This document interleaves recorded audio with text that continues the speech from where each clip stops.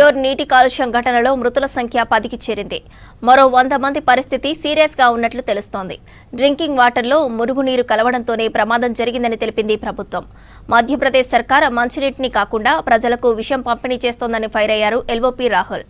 ఇండోర్పై గొప్పలు చెప్పే బీజేపీ ఫెయిల్యూర్ను మాత్రం ఒప్పుకోవడం లేదని విమర్శించారు.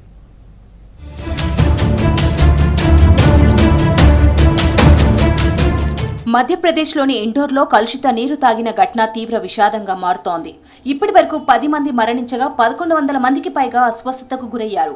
వీరిలో 100 మందికి పైగా పరిస్థితి సీరియస్ గా ఉన్నట్లు తెలుస్తోంది.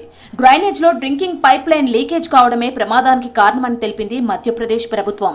భగీరథపూర్లోని పైప్ లైన్ లో లీకేజ్ గుర్తించినట్లు చెప్పింది. ड्रेनेज की इतनी प्रॉब्लम है कि आप पूछो मत। ये चौक होता है तो पूरे हमारे घरों तक गंदगी भर आती है। पीछे आप देखो पूरा गटर लाइन भेरी, पीछे इतनी स्मेल आती कि बच्चे बीमार हो गए मेरे उल्टी से।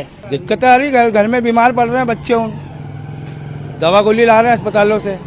यही बीमारी का घर है। ये जो कचरा आ रहा है इसके अंदर चेम्बर पूरे भरे हुए हैं। भगीरथपुरा में जो कल तक की जो स्थिति थी, हमारे संस्था से 13 रोगी रिफर हुए थे। सीनियर डॉक्टर्स और साथ में जिला प्रशासन के अधिकारी सभी अस्पतालों के भ्रमण पे हैं और प्रत्येक मरीज का उपचार जो चल रहा है उसकी जो स्थिति है उसका जायजा ले रहे हैं। ఇండోర్ దుర్ఘటనపై తీవ్ర దిగ్భ్రాంతి వ్యక్తం చేశారు లోక్సభ విపక్ష నేత రాహుల్ గాంధీ. మధ్యప్రదేశ్ ప్రభుత్వం మంచినీటిని కాకుండా ప్రజలకు విషం పంపిణీ చేస్తోందని ఫైర్ అయ్యారు.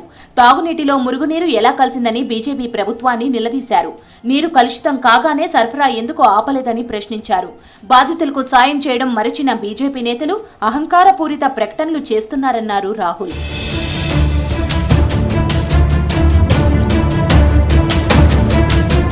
మధ్యప్రదేశ్ దుష్పరిపాలనకు కేంద్రంగా మారిందన్నారు ఎల్ఓపీ రాహుల్. ఒక చోట దగ్గు సిరప్ మరణాలు, మరొక చోట ప్రభుత్వ హాస్పిటల్లో ఎలుకలతో జనం చనిపోయారన్నారు. ఇప్పుడు మురుగునీరు తాగడంతో మరణాలు సంభవించడం ప్రభుత్వ నిర్లక్ష్యానికి నిదర్శనమంటూ ఎక్స్లో పోస్ట్ చేశారు రాహుల్.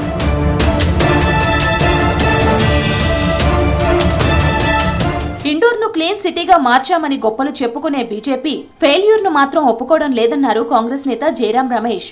నిజం ఏమిటంటే బీజేపీ పాలనలో కాలుష్యం ప్రజలను చంపుతోందన్నారు. ఎయిర్ పొల్యూషన్ మాత్రమే కాకుండా నీటి కాలుష్యంతో జనం చనిపోతున్నారని ఫైర్ అయ్యారు. पर देखिए क्या हुआ है पिछले 2-3 दिनों में, कितने लोगों की दुर्भाग्यपूर्ण इतना मौत हुई है प्रदूषित पानी पीने की वजह से, कंटेमिनेटेड वाटर की वजह से। पर एक तरफ स्वच्छ पुरस्कार तो आप लेते हैं और दूसरी तरफ प्रदूषित पानी, लाखों लोग पीड़ित हैं। आंकड़ों के खेल से सब ठीक है दिखाना चाहती है। ఇండోర్లో ఘటనకు కారణమైన వారిపై కఠిన చర్యలు తీసుకుంటామన్నారు మధ్యప్రదేశ్ సీఎం మోహన్ యాదవ్. ఇలాంటి ఘటనలు పునరావృతం కాకుండా చర్యలు తీసుకుంటున్నట్లు తెలిపారు.